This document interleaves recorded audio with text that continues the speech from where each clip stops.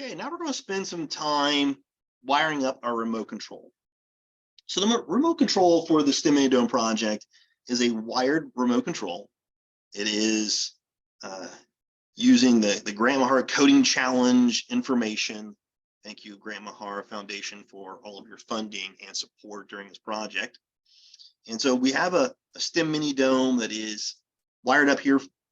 It has all of our abilities for sound, 3 different light operations, and 2 motor operations. So we now want to set this dome up so we could push a button and have it execute a set of operations. Now that pushing of that button could have us move 2 motors, blink 2 lights, and play a sound. It could just play a sound, blink some lights. We can decide what we want to do by calling the variables in the actual code. But we got to wire up the controller to do that first. So what we have here is a 3D printed file of the Grant Mahara Coding Challenge remote control. It's in orange. I have a little breadboard that I'm going to use as part of getting everything wired up. I've got 2 push buttons down here. Yeah, let me see, is the light off just a little bit? Let's see here if that helps. Nope, that's worse. And then we also have 6 wires. So we have pretty long jumper wires here. I'd say they're probably every bit of a couple foot long. And I've got a total of 6 of them. So they're all male connectors, so they all have the male ends on both sides, okay? So first thing I'm gonna start off doing is I'm gonna peel off the sticker on the back of this little breadboard here. I'm just gonna place it in the middle of the remote control, just like that. I'm gonna zoom up a little bit on this. You can see it's made a little bit better. I'll kind of zoom back out here in a second. Let's see if that helps a little bit. Then we'll take these little push button here. I'm going to take and put the tops on these. White one, red one. You can use any push button. I'm using these extra big ones here, but you can use any push button that comes in any Arduino kit. Has those 4 prongs. Any of those are just fine. So then I'm just going to place these on here. You'll see the little middle separator here. I'm basically going to put a button on in the middle of each of these so it straddles these 2 areas right here. This one area right here. So I'm going to take this push button and I'm going to put it right about there. Make sure it really goes in there nice. Push a little bit on both sides. Should lock in there. There we go. Perfect. Just like that. There's one. Do the same. Doesn't really matter how far I'm apart from these. I'm going to go right there. Switch sides, get those in there.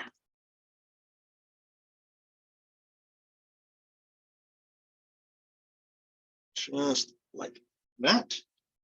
Perfect. And then the last one here. That.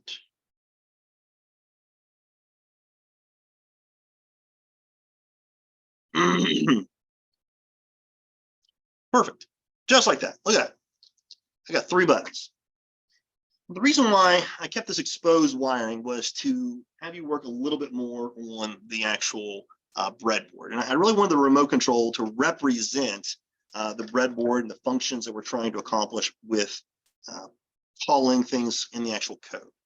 So I'm going to take a series of these wires here, and you can kind of see on the side there's these holes. So I'm going to kind of take a cable up through.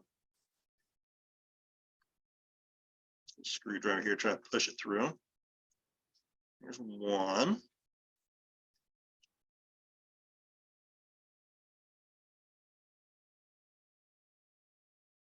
The second one.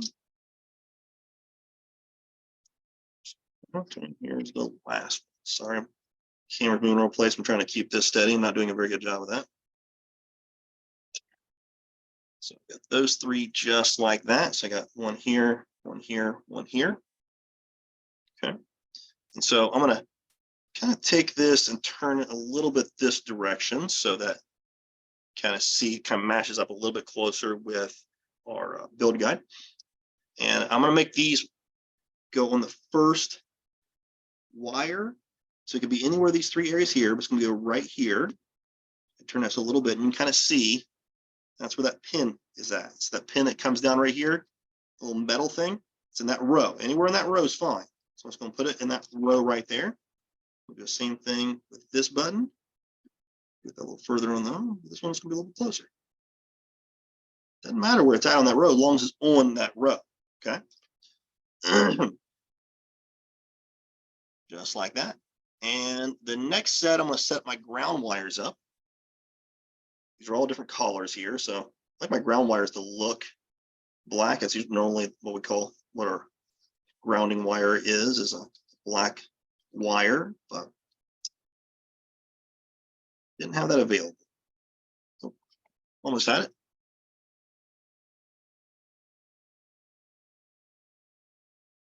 Okay, so this is going to go at the actual top up here. So you can kind of see this is going to go on that top one there. So we went bottom here, going top up here. So it's going to go across. Okay. So that's that guy.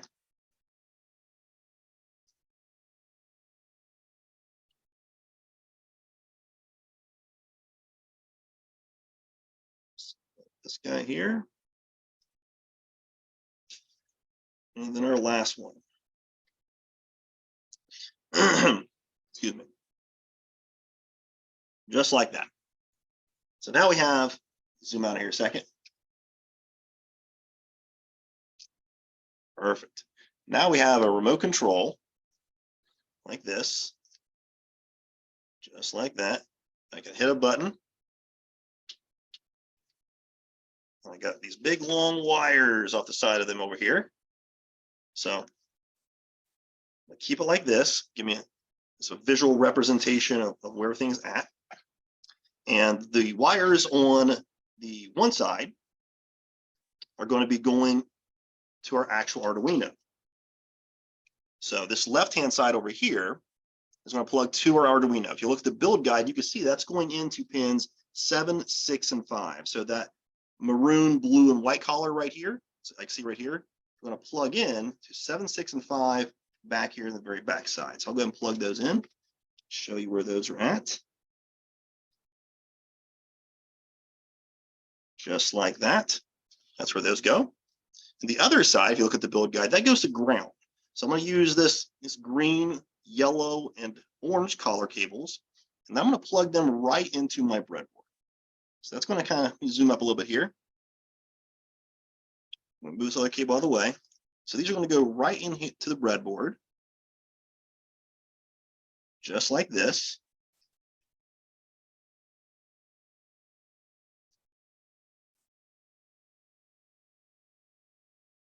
I don't have enough space for anything right now. So let me get that there. Oh, there you go. So right now I've got ground coming from the board right here, but I need to be in that row. I don't have enough room in there. So what I'm going to do is I'm going to create a jumper between those two right there. So I'm going to take a wire and plug it in from this side to this side to create a jumper between those two connections. So let me grab a wire real quick here. Give me a hot second.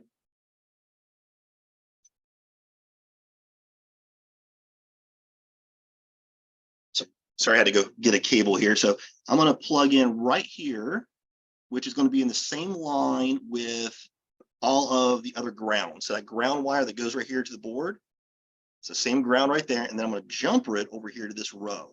This is where all those controllers just got plugged into. So now I've grounded the entire side of my controller over here. So this whole side over here now is grounded. And this side all goes to the actual Arduino. So now when I hit a button, I can then call a function. My next video I'm going to have will go over those functions and controls for the buttons, along with all the other operations for loop controls for the motors, lights, and sounds. Hope it was beneficial to you. Have a good day.